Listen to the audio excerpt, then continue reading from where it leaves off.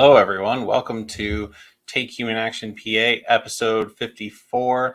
I'm Calvin. I'm your host. We have another exciting guest this week. Before I get into that, don't forget we have our Liberty 101 class coming up in just over a month now, August 17th in Philadelphia. For more information on that, check out the link in the episode description.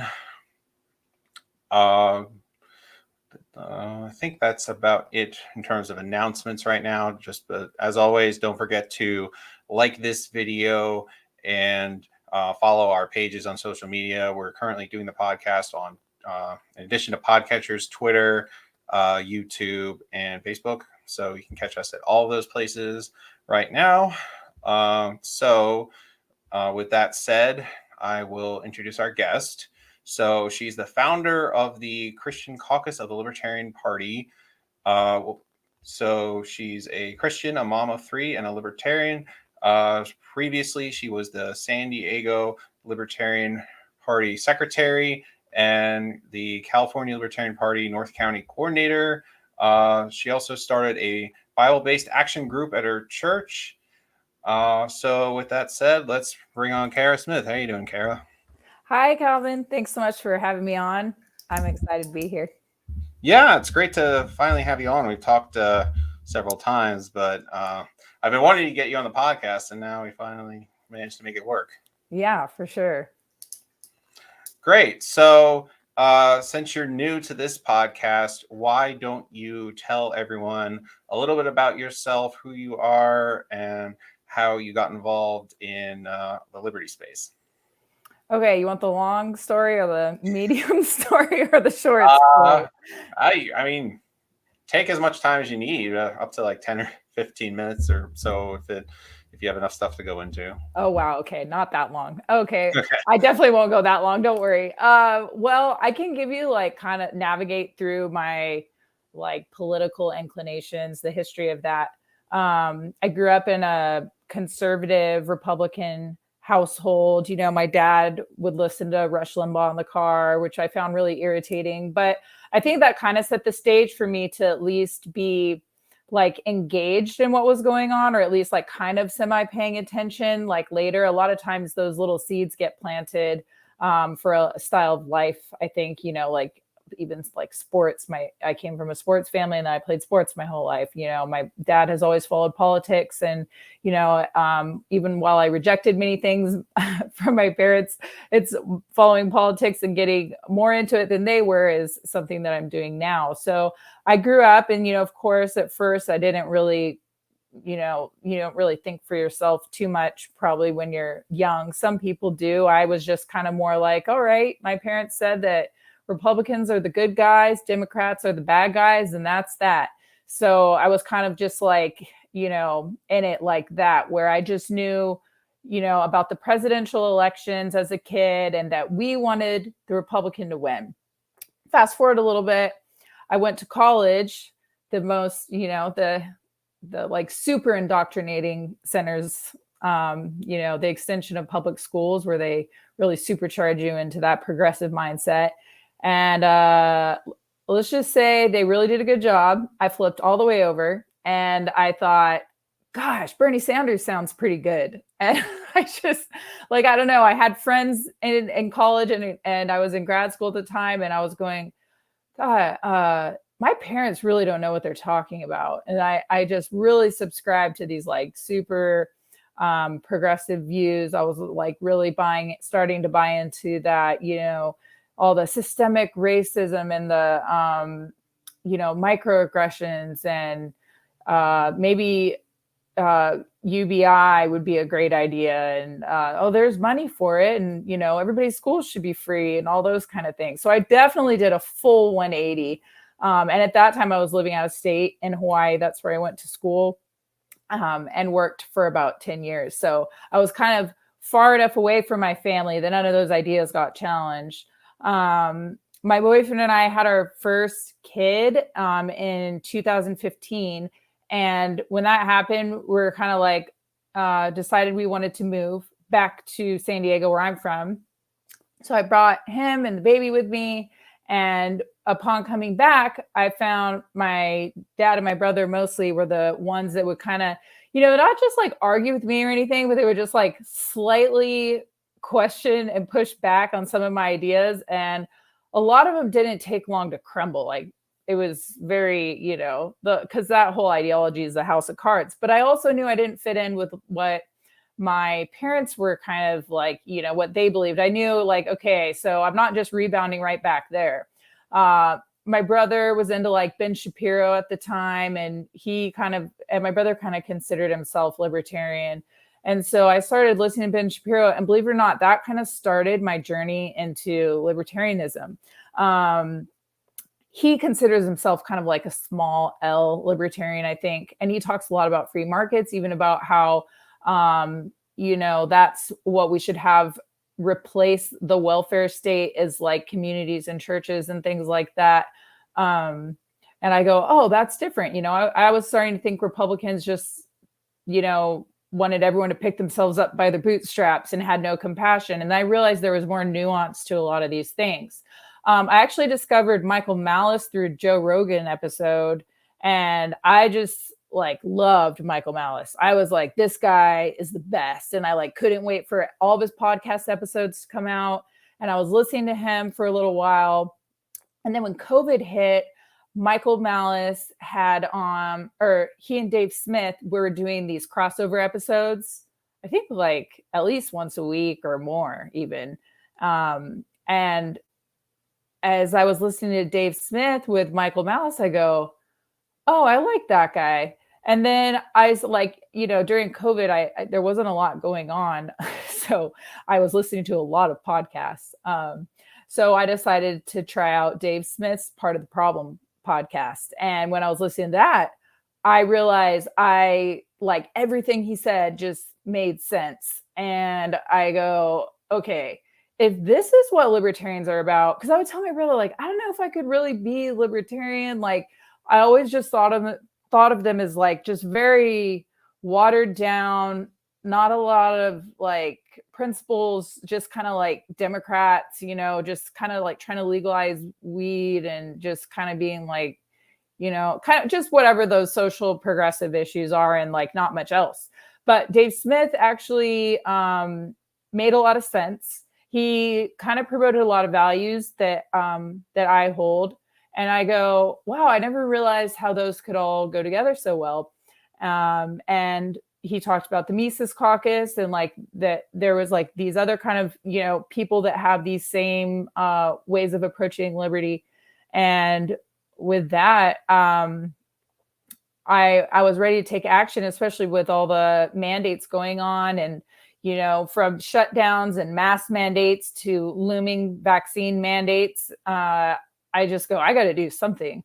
I had been starting to go down and, speak out at county supervisor meetings and school board meetings. And I decided, I was like, I got to find people where I can get involved and do more. So that's when I kind of became involved with the Libertarian Party. That's my medium length version. Yeah, that's interesting. And so it's funny because your story seemed to parallel a lot a certain other Christian libertarian that I know that also happens to be the co-host of this podcast. Really? I noticed a lot of similarities in there. He used to be a big Bernie Sanders bro too. Oh, mm-hmm. Yeah, Jacob, for those of you who may not be familiar with who I'm talking about, he said that on multiple episodes in previous episodes that we've done on this show. But yeah, so it's kind of funny because it's Bernie Sanders supporter and then like a Christian right leading libertarian seem like polar opposites. So that's a big transformation. Yeah, and it's actually weird because when you really think about it, there seems to be some kind of thread actually that connects it all. It's just more on the surface level. It looks completely opposite, but there's a sentiment, I think, that underlies the like ideologies that, it's like really not that much change, just like the approach. Mm-hmm. Yeah, exactly. So I know for me, the reason I didn't get involved with the Libertarian Party for a long time, even though I was in terms of the philosophy. I was libertarian for much longer before that. I just thought, oh, they'd never win. They're not really doing anything. So what's the point of getting involved? So what was the reason that you decided to jump in initially, and what has led you to stay? I think I just, okay, I could tell you this because I might have been throwing it around for a little while, but there would be conversations with my dad and my brother. He was a little registered libertarian before me, but he's just like not active politically. He kind of just follows stuff and votes, and that's about it. But my dad just was kind of like, oh, people like you are the reason that, take away votes, and that's why we'll get like a Democrat, that kind of like story that we hear from time to time from the duopoly. You really do not have to worry about that. Yeah, no, in all of California, like we're not taking it, we're not really going to impact anything as far as that because they're losing hard. But and that is part of it too, right? So part of it is I really don't think in California that it matters if you're a libertarian or a Republican. I mean, it's just like there's kind of just this stronghold of these progressives right now. But even besides that, I think I just got to this point where I was so frustrated because I was around a lot of Republicans, like in my church and stuff. And I see how, my dad's Republican. And I just go, I'm not feeling it, like, and I go, I'm just tired of being in this, like, it's like they try to trap you, like with this, like these are your only two options. And they really don't want you to think there's anything else. And I just was like, you know what? I am tired of feeling that way. And you know what? I mean, I'm not old, but I feel like I'm old enough where I'm like, I'm just going to do what I want. Screw everybody else. Like, this is what I believe. So why would I like not go for it? If everybody just does that, then we're going to always be stuck with a duopoly. Right. And you just made me think of something that's relevant to that. So I'm going to see if I can pull it up real quick. But while I do that, so can you tell us what kinds of projects like the San Diego or the California Libertarian Party is working on right now? Well, I'm not even sure for a state level what a lot is going on right now, but in San Diego, we've had some like phone banking stuff that's been going on. They've done some outreach events, some socials. We kind of are connected to one of the candidates running for supervisor. We were having a special election come up. This guy, like the worst tyrant of all tyrants, that was the chair of the county board of supervisors, that was like really perpetuating lockdowns and like all this nonsense. He went down in flames in a major scandal, and like it's kind of sad in a way because it was like bad, for his family and stuff like that. But the bright side is that we get a chance to put someone else in that chair. And there's a woman here named Amy Reichart who co-founded something called Reopen San Diego.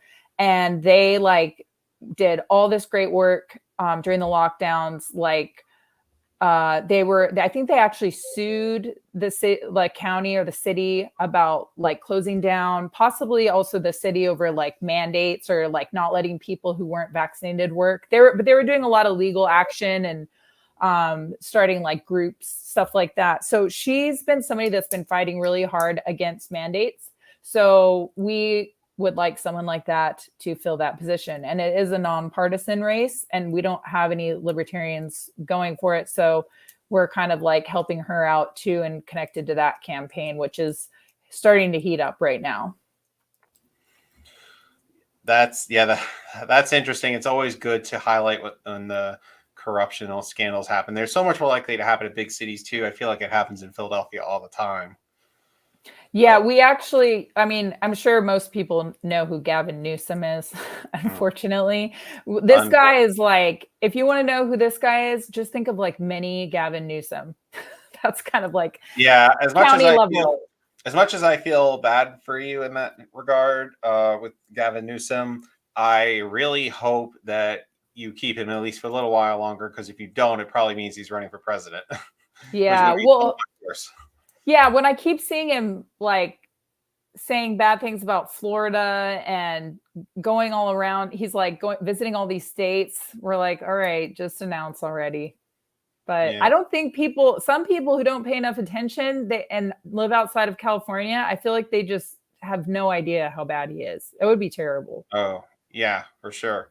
And apologies earlier to the audience if it was a little loud earlier. I was trying to pull up this graphic, but hopefully you'll agree with me that it was worth it. So you'll indulge me for a minute. Oh, so this was just released by, I think, the Libertarian Party of Mississippi, updated for 2024, doing the same things over and over again and expecting different results. I would vote Libertarian, but the election of blank is too important. So it was originally 1972. It was scratched out. So then every like even numbered year between 1972 and 2024 is scratched off in random places because they say the same thing every single year, every single race, except for 2024, because now they're just saying the same thing, except the election of 2024 is too important. So they're always going to tell you it's too important. Yeah, this is actually, if you didn't know, the most important election of our lifetime until 2028. Then we can cross that one off. Oh, not even 2028, 2026. Oh, 26. Yeah, sure. Midterms will be the most important because, we just need the legislation back. Yeah. So I was trying to find 2022 on there and I'm not seeing it. But I'm sure that they were saying the same thing in 2022 as well. Mm-hmm. Yeah. So don't listen to that. They always say it. It never changes. It's always the most important election. And yeah, at some point, if we're all voting for the lesser of two evils, then we're still going to get evil. Yeah, it's really funny. Somehow, like, you ever have those little memories kind of like in your brain, like from when you're young, and every once in a while something happens that associates with it and then it just gets brought up. I would say, like, since I've come into the party, there's this one memory I have that kind of got reactivated. I remember being like really young, maybe elementary school, and there was, I don't know if it was like a teacher. I think it was like a teacher, and it must have been a presidential election year, and kids are kind of like talking about it, and we don't know anything, but I remember the teacher said something like, well, it really isn't much different whether the Republican or the Democrat gets it. They want you to think that, like, you have all this choice and, that they're way far apart, but they're really like right here next to each other. And there's actually all these ideologies way outside of that. And I was like, that guy's crazy. Like, when I was a kid, because I was so stuck in that. There's like, R versus D. And then that's like the two only options in the whole world. And I now, as an adult, when that memory got kind of activated again, I go, wow, like, little did I know that guy was so right. Yeah. At the time, I thought he was crazy. I feel like I was a little biased in my upbringing, in the sense that I was exposed to public schools that, I don't know if it was like the area I was in, the specific school I was in, or like the time I went to school, or some combination of those. It was probably some combination, but basically most of my teachers that taught anything to do with like politics and government, they're actually very well balanced, even to the point that one of them, the one time I can remember that he did talk about voting, and at least in terms of his personal preferences, he specifically said, when I go to the ballot box, I will walk in and I will pick like just about any third party candidate, because I do not like the two parties. I will vote for whatever third party candidate the option there is. And if there's a race that doesn't have a third party candidate, then I'm going to leave it blank. Even to the point that, he left after he filled in like half the ballots on a ballot, because there's only like half the options or half the races had a libertarian or some other third party candidate in the race. So he filled those guys out, or gals. I don't know what year it was. I don't remember exactly, but then he walked out, and one of the poll workers said to him, "Oh, did you leave your ballot incompleted?" And it's like, I don't know, but the way he described it made it sound like it was fairly public. So to the point that like a bunch of other people could have heard that she asked this question, and he made a point of just saying no and walked away. After that, it just struck me. I was like, okay, maybe there's something to this. Yep. So for the longest time, it was kind of shocking to me when people told me that public schools should be taken a second look at. Yeah. Yeah, maybe that was a dying breed. I hope not, but maybe it is. Don't let me open up the public schools can of worms. No, we can talk about that in another episode. Yeah. So is there any other areas of focus of yours in like the liberty space you want to highlight before we start talking about the caucus? No, I don't think so. Well, how do you find the Mises Caucus? Let's start there. Well, so the Mises Caucus, that's pretty much the whole reason I joined the party. So Dave Smith, 24, let's go. I like I said, I was listening to Malice, and then I found Dave Smith, and he was always talking about, and I'd be like, mecox? What is me? I'd be like, what's a mecock? And then the king of the cocks too. Yeah, and then Robbie, king of the cocks, and I'd be like, is that some kind of like foul joke? I don't get it. I always thought, and I'm sure it's like the double entendre kind of thing, but so I was like, I would listen to him, and it was like really exciting, actually. And I remember when I would hear him talk about the Mises Caucus and what they were doing and wanted to do, and that he was, and it was like people like I was talking about earlier that kind of line up with what he was saying in his way of approaching libertarianism. I started getting like really ramped up. I was like, oh my gosh, this is where I need to be. These are my people. And so I actually I don't remember what day I finally pulled the trigger. I was like, okay, I need to get in there. And I'm sure it was based off of one of, listening to him one day. I was just like, okay, I can't wait anymore. Cause he was talking, I think, a little bit about how they were like starting to build up for the takeover. And I was like, okay, I need to go and join the party and get involved with this caucus.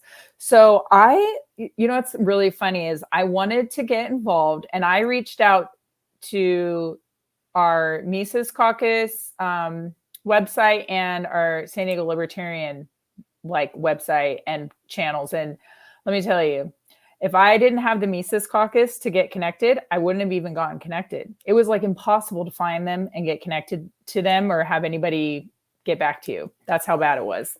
But then Matt called me, and he was like, here, he gave me a guy like in San Diego that was in the caucus. And then that guy got in touch with me and then invited me to their next social. And I went down, and it was like, they got me fully plugged in right away after I reached out. And I just thought it was super awesome. Cause I was like, gosh, yeah. don't they want people like me? I literally didn't know what was going to happen at the social.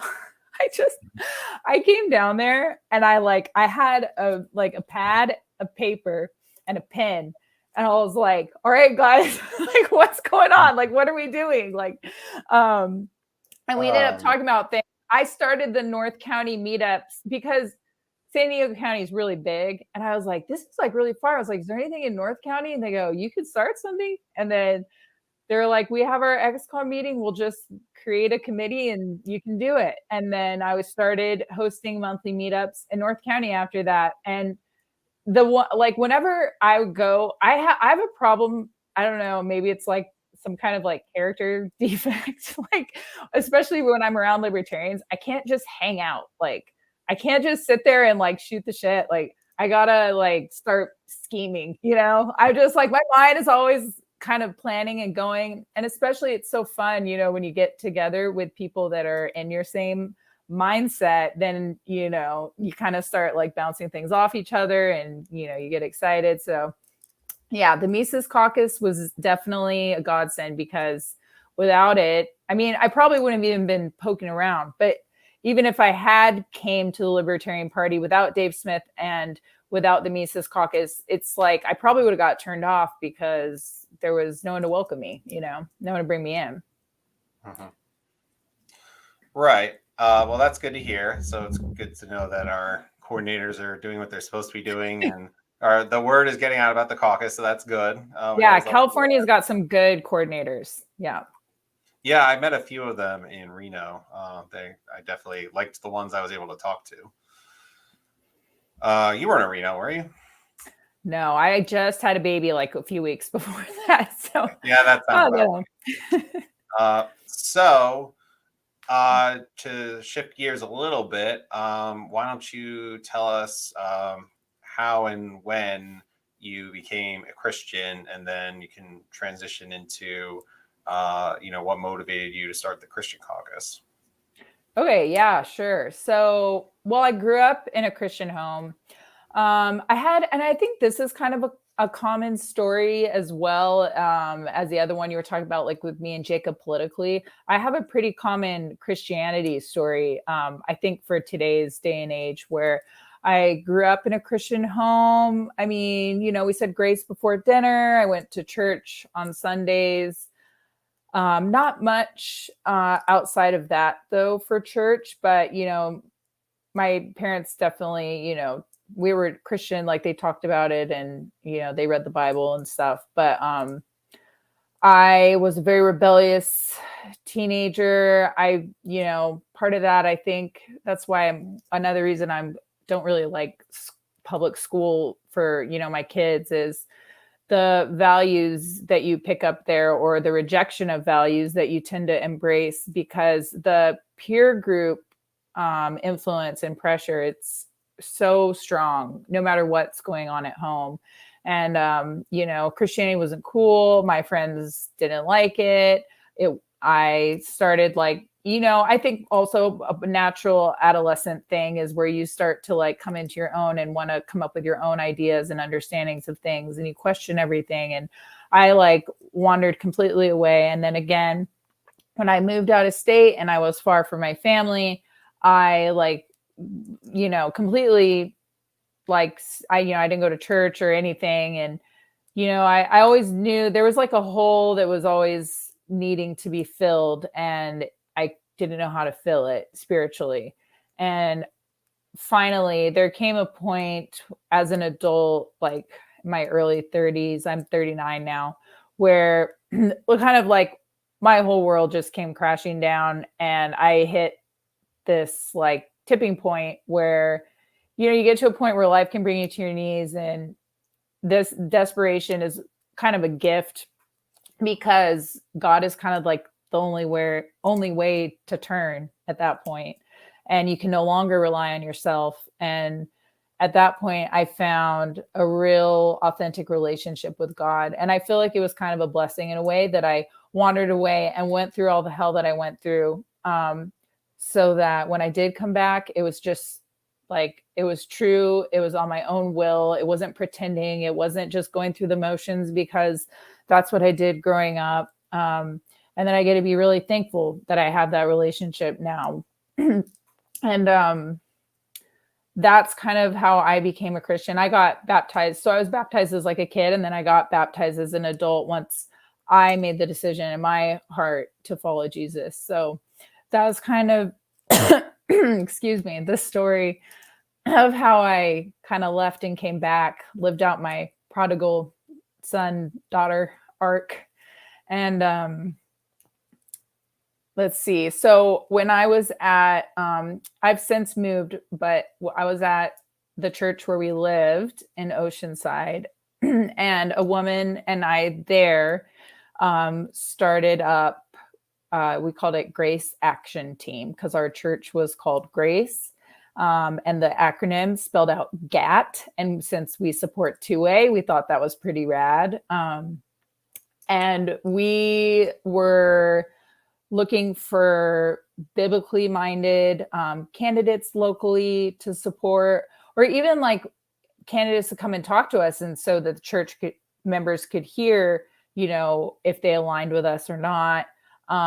We did we hosted there was 2A things. So we did like a shooting range thing, and women went to get their concealed carry permits. we do like movie showings and different education things about, there was like a constitution class that we hosted. And another important thing is like getting people to like lobby, show up when there's a specific issue that we want people to show up at a city within San Diego or at the county level or at a certain school board meeting because of, various things like, like books on shelves that are really inappropriate for kids.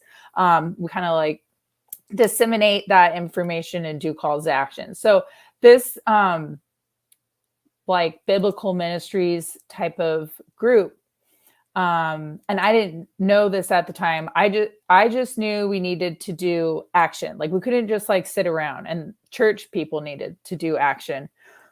And I didn't realize that there was actually other ones of these popping up around, at least in California. I'm sure there are other places, but in California, there's one called Real Impact from at Jack Hibbs Church, Calvary Chapel, and Chino Hills, I think, or something like that. And Gina Gleason runs that. And it's like, if you took our small time operation we had going and you just like blew it up to this awesome, thing, like they have an app, they've got great social media and, graphics and like alerts and ways of letting people know. And I think it's just so great to streamline people getting active on things instead of it just kind of all these bad things in California just kind of like keep happening to us, like getting us some, organization to fight back against some of these things.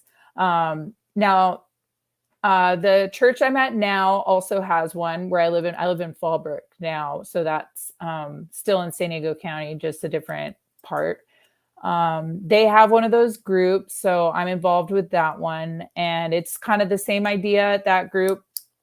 Now, the reason that I wanted to start the Christian Caucus is because I wanted to connect in the libertarian space with other Christians because I want to fight for libertarian things that Christians care about or is important to us, that we think God would want us to be kind of like prioritizing or doing first. And then also, I felt like at church, which I still am happy with, like most of what they're doing kind of aligns with us. But they're not really exactly libertarian though either. So that I didn't feel like, I was like, I feel like I need somewhere where I can get both of these in one place. So I started poking around. I found like a dead Twitter account for a Christian Caucus that hadn't posted anything in like a year or two. I couldn't find anything. I even was like looking at the Libertarian Christian Institute, but they're a little different. They're more like podcasts and they do like articles and things like that for education. But I was like, okay, I need to find somewhere where I can plug in with a group of people and we can do action. That's one of the things I like about the Mises Caucus. And I'm pretty sure that's the name of your podcast too, even is something to do about like taking human action. I think that's just like, that's been the problem, I think, is people not taking action. So I love that about the Mises Caucus and a lot of people that I've met there. So I started poking around saying, hey, I'm looking for some Bible believing, action-based, people in the Libertarian Party, in certain like Discord servers, or then in on Twitter, I was looking and I connected with a couple people, Dr. Irene Mafrakakis, Jessica Tewksbury, and Jacob. And oh my gosh, I'm like forgetting his last name all of a sudden because I just blanked out. What is it? Depends, because his podcast last name is Jacob Daniel, but I think he's mentioned his real name. It's Jacob Winograd. Yeah, Jacob Winograd. Yes, thank you. Oh my gosh, I was like, oh no, I'm just having a blank moment. Yes. So we kind of like, so those were like the initial three to kind of like get things going with me. And it was like everything aligned, like, it's God's will. I mean, it was just like they and I feel like we complemented each other with like our abilities, skills, and drives, and the direction that we wanted to take the caucus. It felt like we were kind of all on the same page. So it was pretty awesome to find them and get this going. Yeah, Irene is a friend of this show. She's been on multiple times, and I haven't talked with Jessica yet, but I probably will at some point at this rate. So that's awesome. And one thing you said earlier that really struck me was just the fact that there's like any 2A like Second Amendment presence in terms of like a conversation topic, let alone the subject of an event in California. At least in a big California city, just about anywhere. So the fact that you mentioned that was pretty shocking. So, how would you describe any pro Second Amendment presence in like the San Diego area? Is there like hardly anyone, or is it like bigger than you would think? Well, okay, so there's a couple factors. We do have the military, big, huge military bases in San Diego. So we have a big military presence. Although I will say, because I was doing like tabletopping for school choice when we were trying to get that on the ballot, and every time you find a military person, they would want to sign, but they couldn't because they're like, oh, they're all registered to vote back home, not when they're stationed here. Unfortunately, that would really help us out if they would like change their voter registration. Yeah. So while they can't usually, some of them change their voter status or are here longer term. But I would say that because of there being so many of them, it influences the culture to be a little bit more like conservative minded. So there is a solid number of people that support 2A. Our chair of the San Diego County, Garrison Ham, even before he came into do work with us, he was working with gun owners of, I guess, like San Diego County gun owners, and they do a lot of stuff like they help women for free to get their, or like do the application process for the concealed carried weapons permit. So that's pretty good work that they're doing, because that's like a safety thing for women to be able to feel like they have access to self-defense. I think everybody should be able to get their concealed carry permit. So we have that organization doing a lot of good work. And I remember like sometime, maybe like 7 or 8 months ago, maybe more, I don't know, I got a baby, time is weird. So they were trying to do some kind of new, policy against, I think, was it some kind of thing with guns? I can't remember. They keep doing new rules with guns, and they were trying to add some new rule. And Lauren Springer, who was the chair at the time, and I were like calling in to oppose it. And I was surprised because I kind of thought like you, I thought maybe I just happen to be in circles where people support 2A, like at church and Libertarian Party, but there was actually quite a substantial amount of support for it. So there actually is, there's a lot of freedom-oriented people in San Diego. We've got that bug here. There was, like the mandates really woke a lot of people up and jostled them out. And there was like a county board of supervisors meeting I went to when we were still under COVID emergency. That meeting, I remember I got there at like 6:30 a.m. Right at the beginning when the line was starting to form, and all the overflow rooms were full, all of people like there to like speak out against mandates. And I think it made like national news and everything. Our county board meeting went to like 11 p.m. or midnight, something like that. It was crazy. It was like an all day thing. So yeah, we've got some good freedom fighters in San Diego. A lot of apolitical people too. So feels like there's like potential to kind of bring them over to the libertarian side, because people are getting fed up with the duopoly, which is great. Yeah, I would say so. So that's very interesting to hear. It's reassuring too, because sometimes I get dismayed about the status of the Second Amendment in Philadelphia, and we have Maj Toure here, who's out advocating for it every day. But you guys, if we hadn't talked just now, I would have thought, oh man, must be a complete lost cause over there. But it's good to know that there's some efforts that in that arena and other arenas now. Oh, I might throw out too for a little bit more of a white pill on California for you with that is I believe it's Kern County, maybe, and I could be wrong, but I'm pretty sure it was them or another county became a 2A sanctuary county. You know how like California likes to call itself like a gender affirmation sanctuary, or every states like to call themselves some kind of sanctuary. Well, we have one good one, and that's the 2A sanctuary, and I believe it's in Kern County. Okay, is that near you? I think that's like central, like kind of Nowheresville, but I mean that kind of makes sense. The cities aren't gonna, a county with a big city probably wouldn't get that going. Yeah, that makes sense. Okay, so going back to the caucus, then I want to ask a little bit about your areas of focus. So would you say it's more like your goal is more of to find a place for Christians to gather within the Libertarian Party to try to bring over Christians into the Libertarian Party, or some combination of them?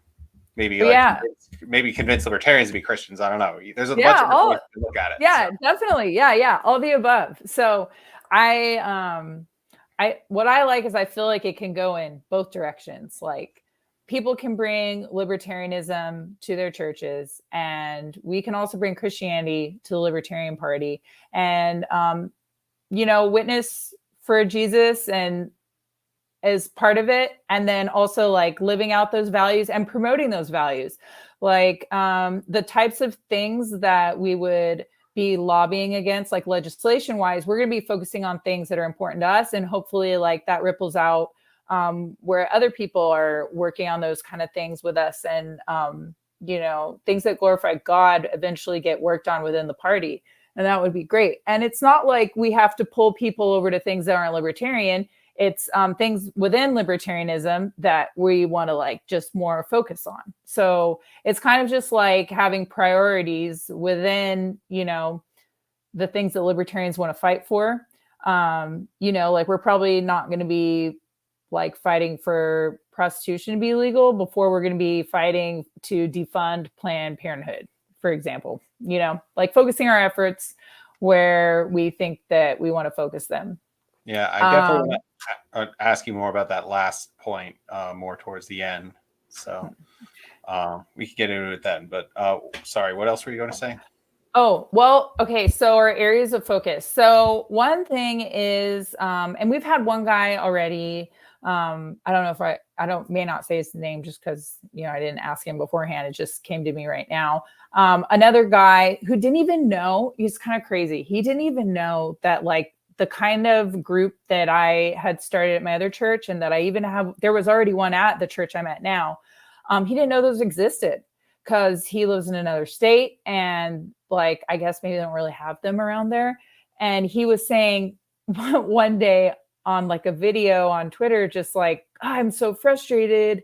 And I talked to my pastor and I'm like, we need to be doing something. Like, why aren't we doing anything? And, and I contacted him. I was like, hey, like, I was like, like we had a group at our church and that's exactly, he's in our caucus already. And I was like, this is one of the things I want to help people with in the caucus.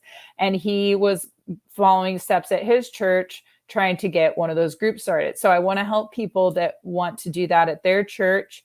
Not everybody is into that, and that's fine. Like having some kind of like action group at their church, like I think that it's important and that we should, that's like, we should be coming together with people from our church to do this kind of action.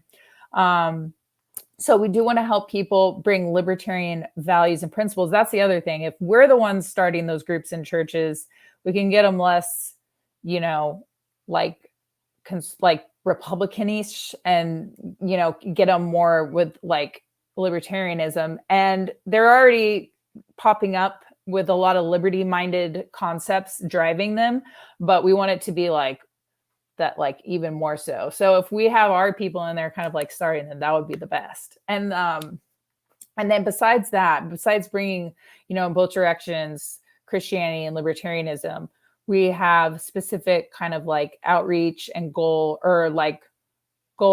that we're trying to reach. So like in our Discord, we have areas to talk about the different things that are we want to work on.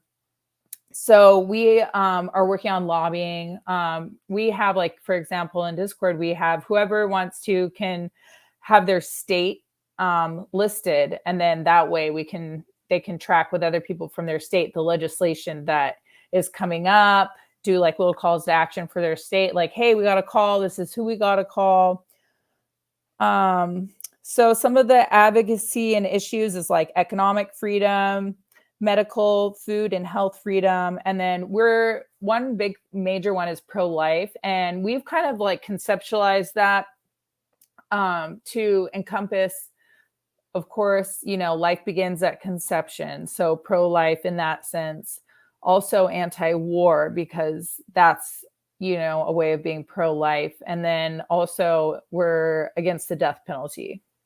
So we kind of like, we have a pro-life area of focus, and that includes all of that. Obviously religious freedom, and that's important. We just have, there's random things that come up, from whether it was shutting down churches during COVID to, did the web designer have to make the gay, wedding website or whatever. I think there was just a case that just happened up at the Supreme Court with that. And so there should be religious freedom, and that's kind of most of it. And that's kind of a lot, really, but that's kind of just like the basis we have. And then that way, as people fill in, and we can like start popping in issues in each of those. Right. So that's a good plan. That's a good platform to run off of. So I just have a couple follow-up questions to that. So first one is that I know I can think of at least 2 events that I'm pretty sure that the caucus has already jumped on to supporting. Like, you've already supported the Liberty 101 class, so thank you for that. You've also supported the Humanity for Peace rally, and there's probably at least 1 or 2 other events that you've also supported. So in that sense, you're definitely punching above your weight class for how new you are and how many members you have so far. You're getting your name out there and getting some exposure. So that's good. What kind of events, just as a general rule, would you be looking to get involved with? Like, what are you looking to accomplish specifically? Like, what kind of areas are you willing to collaborate with people on? And what other events did I miss? And maybe you can tell me a bit about those events as well, besides Liberty 101, because we all know what that is on this show. Go ahead. Yeah. Okay, let me see here. So I'm glad that you said this, though, because it just reminded me that the 2 other things is, of course, much like the Mises Caucus, we're into issue coalitions. So we don't have to like work with groups that are Christian libertarians also. They don't have to be Christian. They don't have to be libertarian. We can come together on the things that, everybody that listens to the show probably is already well aware of how issue coalitions work. But, it's like, those are important. I think that's a great way to advance the things you want to advance. So that's why, of course, anything that aligns with that platform that I was kind of outlining, and Christian values, and is stuff that we would want to be a part of. Of course, like any anti-war stuff, like Humanity for Peace. We support, the Liberty 101. We would support gun rights too. It's not one of our main focuses, but we also will support candidates probably in the near future. We want to like brush up on how we'll exactly vet, but we want to endorse candidates and support candidates that align with us as well. Mm-hmm. Right on. So I'm thinking two more questions specifically about the caucus before we get to the call to action that you mentioned earlier. So maybe you haven't done this yet, but if you haven't, I'd be curious to hear what you have in mind to just in general, and if you've thought about it already. So this may not be as much your focus initially, but if it is, what would be your way of bringing more Christians into the Christian Caucus? Like, I guess you could say, what's your advertising strategy to build up your base, or to bring people in who are maybe on the fence about Christianity or not Christians at all, to maybe get them to consider Christianity, so who are already libertarians. So have you given that any thought? Okay, so I feel like there was like a couple different angles that you threw, so I'll try to kind of address them. I think for one thing, we are definitely open to people being in the caucus that are not even Christian at all, or questioning if they might be Christian, as long as they just want to be involved with what we're doing. So we're not even checking like, are you a registered libertarian? Because the thing is like, if you want to help do what we're doing, then please come and join us. And if you have something you want to do that you think aligns with us, even if you're not a Christian, even if you're not a libertarian, but you think that Christian libertarians could support it, we'll definitely love to talk to you about it and like bring you in and see if we can work together. One thing we're doing, Jacob's he's so great at Twitter and stuff. He's very busy though, because he's good at it. So he, helps with a lot of different social medias. So we're really lucky to have him. And we have plans to like kind of get our Twitter going a little bit more. But I mean, right when he started it, he was able to like build it up to a few hundred, like pretty quick. And then he's been really busy, but once we kind of get our strategy going with that will be one method of kind of just like getting our name out there and people to see. And I think that's a really good place, as well as like Instagram, Facebook a little bit. We do have Facebook also.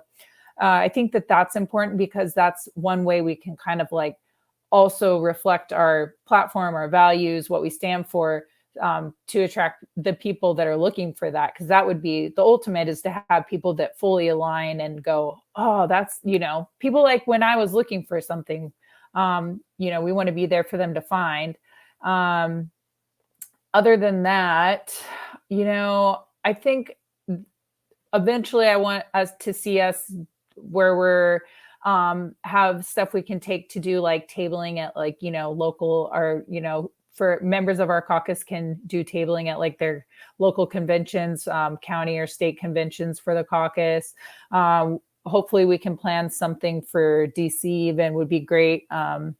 So those are kind of like the couple of ways that I've been thinking of so far. And then of course, by implementing a group, if people are able to implement a group in their church, that would hopefully, bring in some people too into the libertarianism and, possibly our caucus. Yeah. Speaking of which, any idea if you're going to DC? Oh my gosh. I've never even been to the East Coast in my life. So I think that would be kind of cool. I've got 3 kids and one is 1 year old. So it's kind of like a lot of moving parts. I'm sure you can. Oh yeah. If I can make it work, I would love to. I mean, if it was, feasible, I'll definitely be there. That's kind of all right. The best. It's a good reason to make a first trip over here, because I've been to the West Coast before, but I'd never been to Reno before. Yeah. So that was a new one for me. I end up going. I'm trying to remember now. I think every single Libertarian National Convention I've ever been to was the first time I've been to that city. Yeah, I've never been to Reno either. DC, I've probably visited more than any other major city except maybe New York and Philadelphia, obviously. So it's good that it's finally close for once. Yeah. So we'll see if I can make it work. The only problem is, to be able to go, I'd have to also go be a delegate at my California convention. And that means also traveling to NorCal. So it's like, that's a lot of money when it starts to like come down. So it's like traveling up there, hotel and everything, and then traveling to DC and then like the kids. So that's like 2 different traveling events. But I would say if I could go, that would be amazing. Well, based on what I know about national conventions, you would actually have the easiest time being a delegate, because even just showing up is such a big commitment coming from California, and you have so many delegate slots in California that it should be pretty easy to hop on there. Yeah, and especially if a certain Dave Smith, might go for, I know a lot of people threw in the towel, but I'm not giving up yet. So just in case, I would love to vote for him to be our nominee. Well, just keep that in mind as you decide if you can go to the next California convention and sign yourself up to be a delegate and all that. I'm sure that's some good motivation, actually. Yes. So think about that. Think about it that way. You can be one of the people who casts a vote in the presidential nomination. Yeah, that would be important for sure. All right. So my other question about the caucus was, since you brought it up briefly a couple times, but to elaborate on a little bit, have people that you know of in the caucus tried bringing the message of the Libertarian Party or the message of the caucus to their churches or church communities or Christian communities of any kind? And what's the reception been? Okay, so the main one is the one that I told you about. Other than that, I'm not sure if anybody else has gone down that route. The one that did, it didn't go very well, unfortunately. And he's a little conflicted about what he should do next. And I think he's taking some more steps to follow up and kind of see if he can still make something happen. So he did kind of like all the steps that the pastor laid out for, he took the small group leadership class, and then he like did all the logistics, like found a place they could host it, because they said it probably couldn't be at the church. So then he found a place, and he had to like create a whole plan, and he presented it, and then he had to wait and see. I mean, it was like they really gave him the runaround. It was kind of suspenseful. And then at the end, they just kind of said, nope, not at this time. We're like, we're not gonna have it. And it was just something. It was, I forget what this one is called. It's biblical citizenship, I think is what it's called, class. And it's a common one. They've had it at churches around where I live too. And it's just, I don't know. I haven't been in that class, but I know it's like a common one. And I'm pretty sure it's just about like voting with your Bible, kind of, and I was kind of bummed for him. And I know people get kind of squirmish about any kind of combination of politics and the church, but I think it's important for people in church to consider those things when they're voting. It's important. Yep, that's definitely true. So now for the call to action, why don't you elaborate on what you're discussing before, and try to leave us with like a call to action or something we should be looking out for while you're at it. Okay, sure. I love that, because we're all about taking human action, right? Of course, yes. That so yeah. That's the tagline of the caucus. Excuse me. So that's where that came from. Yeah, for sure. That's what I love. So, okay, one of the main things right now, recently we've been doing a lot of work lobbying. California has some specific legislation. We always have some specific legislation we're fighting. Lots of it. It's like whack-a-mole, like just keep calling. There's always another one.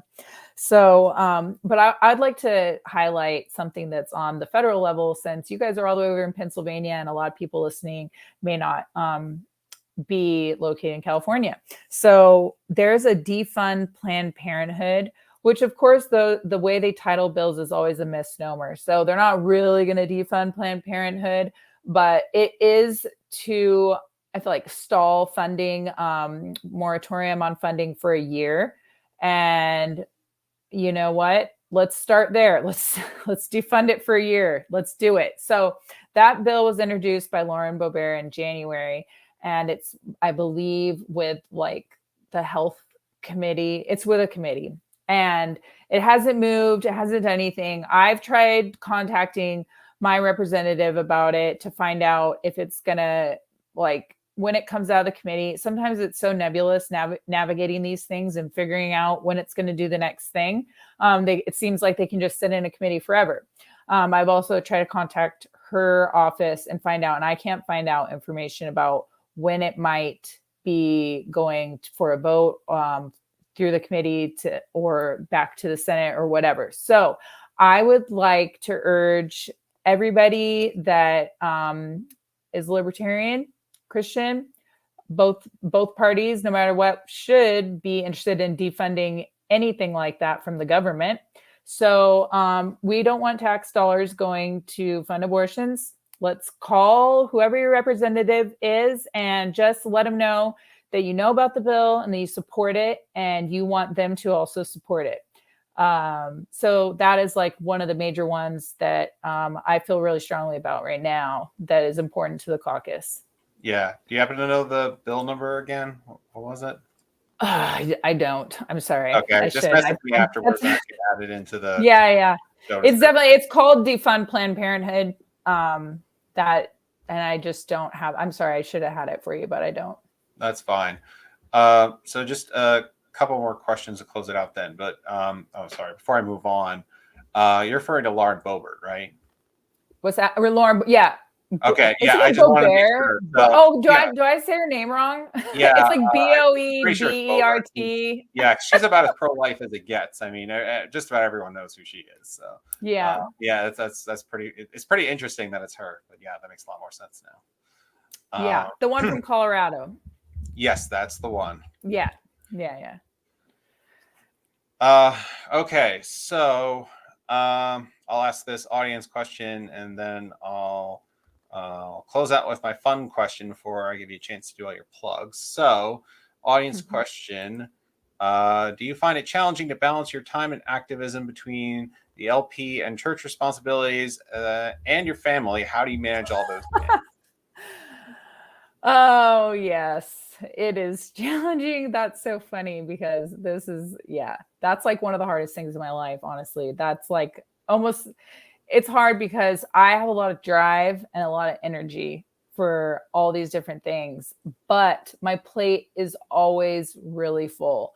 And one of the things that I'm trying to foster with this caucus is that it's not just going to be like me top down being like, okay, guys, this is what we're going to do. And this is what we're going to do. I more wanted to come together with other people that have the same kind of general vision as me. And then, we all work together and it's like decentralized, like we love. So I want people to just like, I want a place for people to come together and do these things. And we have general like platform and things like that. But I don't want to just be like the one running the show and telling people like, hey guys, like this is what we're doing. So I think once we get our wheels off the ground a little more and, people can start hitting, just taking off with different projects without me being the one that's like coming up with all of them. And that's kind of my way of getting to do this without trying to take on too much too. And I think that's the best way to go about it also, is to have it be a little bit more spread out. Yep, that makes sense. And yeah, I don't have the children at home, but sometimes I feel just as busy as you're describing. Sometimes I don't know how I somehow fit in this stuff, all that stuff that I'm doing. It's insane. So I am 100% with you there. I think that's like really common for libertarians, at least the ones that I know. I mean, I think we're all kind of like living on the edge of probably doing too much. Mm-hmm. Yeah, that's for sure. I feel like you're involved here and there, or you're just involved 110%, and there's not too much of a middle ground. Exactly. Okay, so last question. So how did you get involved in coaching CrossFit? Oh, CrossFit. Okay. Well, I played sports my whole life. Mostly basketball and volleyball were my two main sports. I played volleyball in college at Chaminade in Hawaii. It's a Division II school. And when you grow up your whole life playing sports, you think you're over it once you finish college. And then all of a sudden you find yourself really missing it. And I went through years of like, I was like, I never want to physically exert myself again. I'm so over this, you know? So for like a lot of my 20s, I was just like, didn't want to do any kind of physical activity since my life had revolved around it so long. And then I kind of got into working out again. And then CrossFit was kind of like a new thing, I think, at that time. And it was starting to, you know, the word was getting out about it. And I thought it sounded so stupid. And I just made fun of it all the time, like most people do who've never done it. And then eventually I tried it and I was like, what? This is so fun. It was amazing because it was like a little bit competitive, and a lot of people there were really driven, and it was like gritty. It was like working out hard and like an industrial area. It's not a fancy gym. And I go, okay, actually, this is something I could get into. And so I started doing CrossFit, and I love CrossFit. And then I decided I wanted to get my L1, and then I got my L2, which is like the level 1 and level 2 certifications.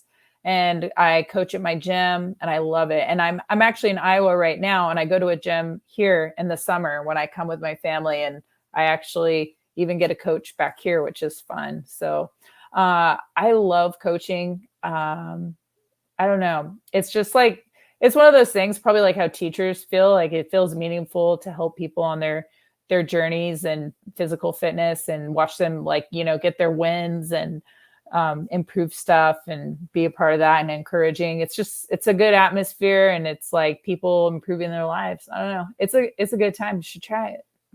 Take some Kool-Aid, Calvin. We'll have to talk about it offline. So yeah, that is an interesting way to end it, because now it's, I mean, I know that we could have gone into some of your other interests a little bit more, but we'll have to do it at another time. But yeah, it sounds like you're mentoring people in liberty and Christianity and CrossFit. It sounds like you're a good person to do all that. So I'm excited to hear what comes next for you. Thanks. Yeah, so why don't you leave us with where everybody can follow you and the Christian Caucus and get involved. Okay, sure. So I'm on Twitter, Kara Francis 808, Kara Kara Francis FRANCIS 808. And Twitter's, like, for now, our main one for the Christian Caucus, and it's LP Christ Caucus. That's Twitter. And then we do have a Gmail. If you want to email us, caucuschristianlp@gmail.com. Our IG and Facebook can be found kind of in the same way. It's Christian Caucus LP. So those are kind of like the places that you can find us. Main one will be Twitter for a while until we can kind of build out a little bit more of our social media presence. All right. Definitely message those tags to me as well, and I'll add them in the show description. Sure. So I think we're about done then. Thank you so much, Kara. We'll have to talk again soon. This was good. Yeah, cool. Thanks, Calvin. All right. Thanks again, Kara, for hopping on. And we're going to wrap this up until the next episode. So thanks again, everyone, for tuning in. Until next time, don't forget to take human action. Bye.